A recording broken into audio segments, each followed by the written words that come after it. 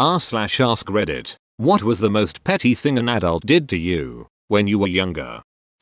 In Cub Scouts, we were doing the Pinewood Derby. I worked really hard on my car. Open bracket. My dad helped, of course. I had already won the first 3 rounds, and before the final round, one of the dads of the other kids picked up my car to hand it to me. It slipped out of his hand and broke the wheels when it hit the floor. I'm convinced it was not an accident, and he was sabotaging my car so his kid would win. This was over 30 years ago, and I'm still salty about it.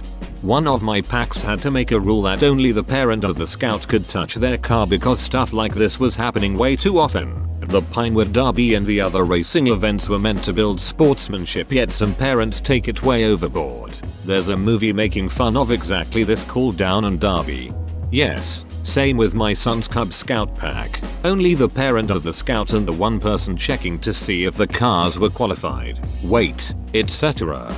could touch the cars. If this was not followed, the offending party was immediately disqualified. When I expressed my shock at this to my husband because all the families currently involved with scouts are awesome, he said it was due to huge problems in the past that nearly escalated into fisticuffs that these rules were put in place. So, the problem was the parents, not the kids. As usual, sigh. I was feeling sick one day in grade 3 or 4 and the substitute teacher wouldn't let me go to the nurse's office because I didn't look sick enough. I had strep throat. What are you doing? Strep throat? I hate how much I love this comment.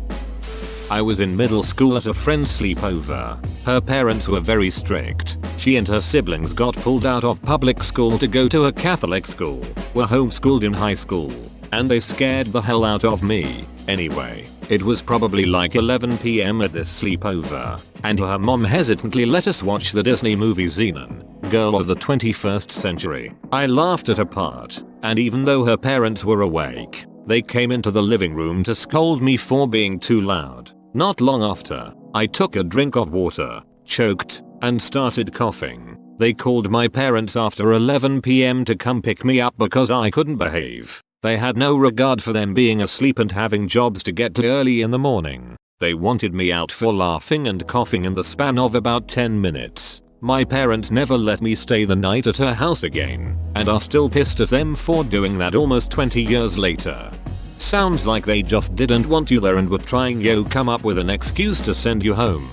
If they were that hesitant to let them watch a really tame Disney movie, they probably saw her as an unknown, outside evil.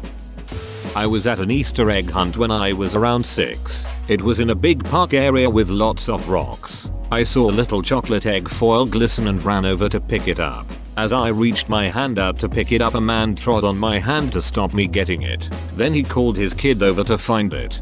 Jesus. This might be the worst one on here, assaulting a child over a candy.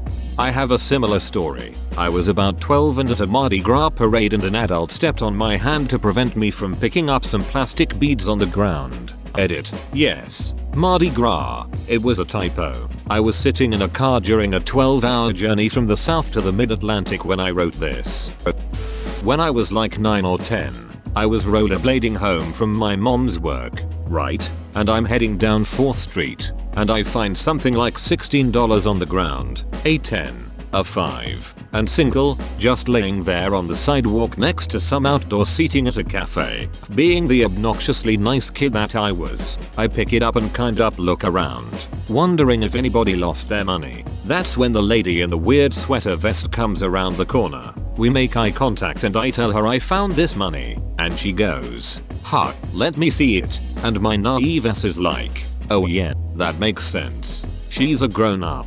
She can sort this out." She looks around, hands me the single back, puts her finger to her mouth in a gesture, then she just ducks off, never to be seen again. And that's why I always just pocket money like a thieving little snake. I don't know that it's a snake-like thing to pocket the money. How are you supposed to track down the owner anyway? It's not like it has their name on it, and who memorizes the serial numbers on their bills? You'll just get some rondo claiming it's theirs, and have to take their word for it. My mom asked if I wanted to play 52 card pickup while my friends were over. I asked her what it was and she said I either want to play or I don't. I told her I didn't want to play anything if I didn't know what it was. She got visibly irritated and threw the cards on the ground and said this is 52 card pickup. Pick them up. She then threatened to ground me as she watched me pick the cards up and put them away nicely. I think it was worse because my friends were watching. Edit. Thanks for all the awards and comments. A lot of people are talking about how abusive my mom sounds and it led to interesting discussions with my husband today. Open bracket. He agrees that my mom was abusive and feels she was way worse than his dad. I think his dad was worse. Admittedly, my family and neighborhood set the bar low on good parenting. Most of my uncles and both of my grandmas were physically abusive. I have cousins that were raped by their own brothers and made to repent as young children for their hand in their own sexual assault. Great job, Mormons. And other cousins who weren't allowed to finish high school. We took in a lot of cousins. My parents also made it very clear who in the family wasn't safe, wasn't to be trusted or listened to, and which uncles could use a solid kick to the dong before I ever give them a hug. My neighborhood has gangs and drive-by shootings and drug dealers and girls selling themselves in junior high. My mom parented by fear the whole neighborhood equally. I don't care if you're the leader of the mafia. My mom will scream in your face. Try her. Nobody shot a gun at our house during drive-bys and no one gave her babies drugs. I literally believed marijuana was barbecue because my whole neighborhood successfully lied to me. But that's another story. I'm 1000% positive the whole neighborhood didn't want to be on her bad side. But I think they all wanted to be on her good side too. We've got neighbors that randomly show up to chat with her, instead of going to their drug dealer next door and buying drugs. She'll be near and keep them strong and clean. So when I say she wasn't perfect, you all know what I mean. But when I say she did a lot of good, I hope you know what I mean too. This bothers me more than it probably should. She was mad because she couldn't outsmart a child and abused her power over you. This hits home a bit. She wasn't the worst mom by a long shot. In a lot of ways she was a great mom, but she certainly parented by control and fear. There really was no choice to not play and not pick up the cards, and we don't have a great relationship to this day.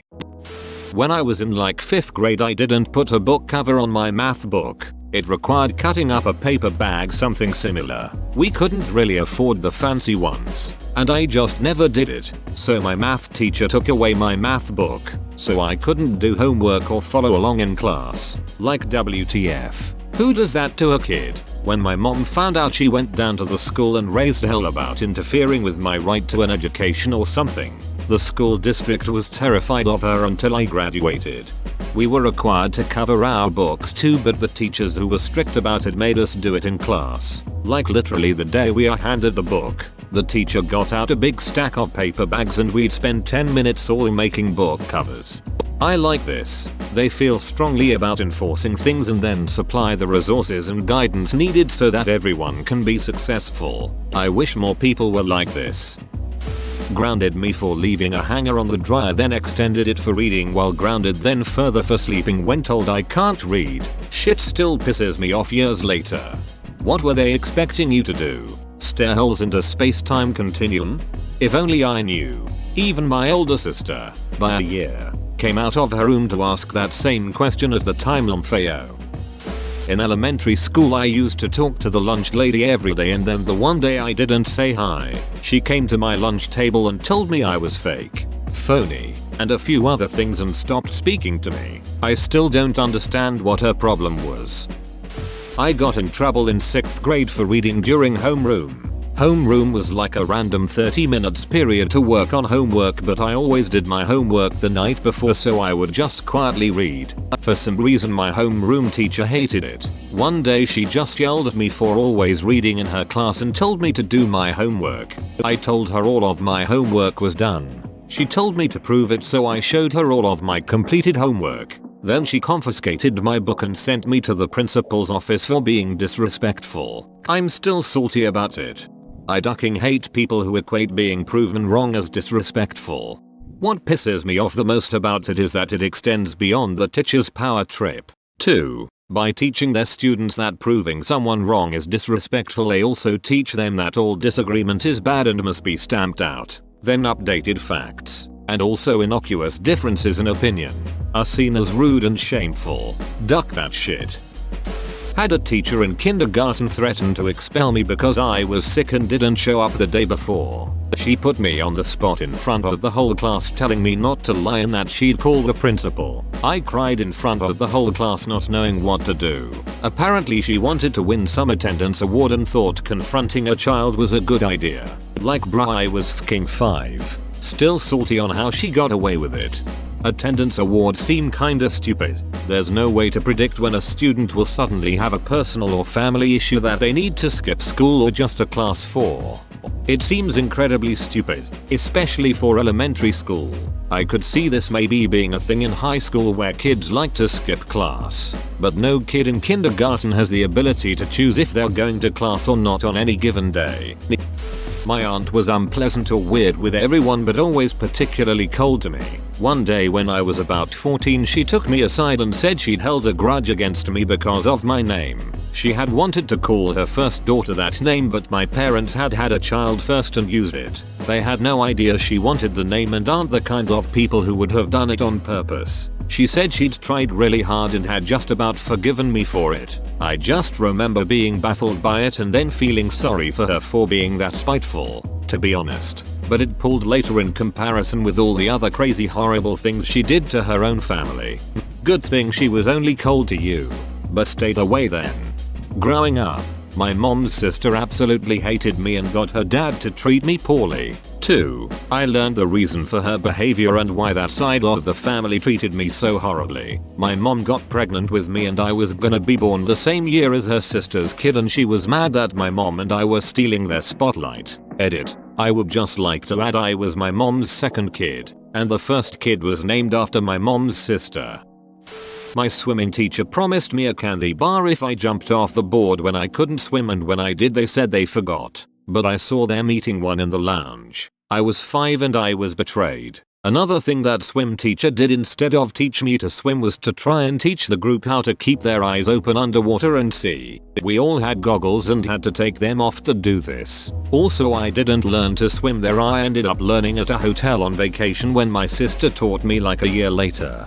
Man, that's not just BS, that's dangerous.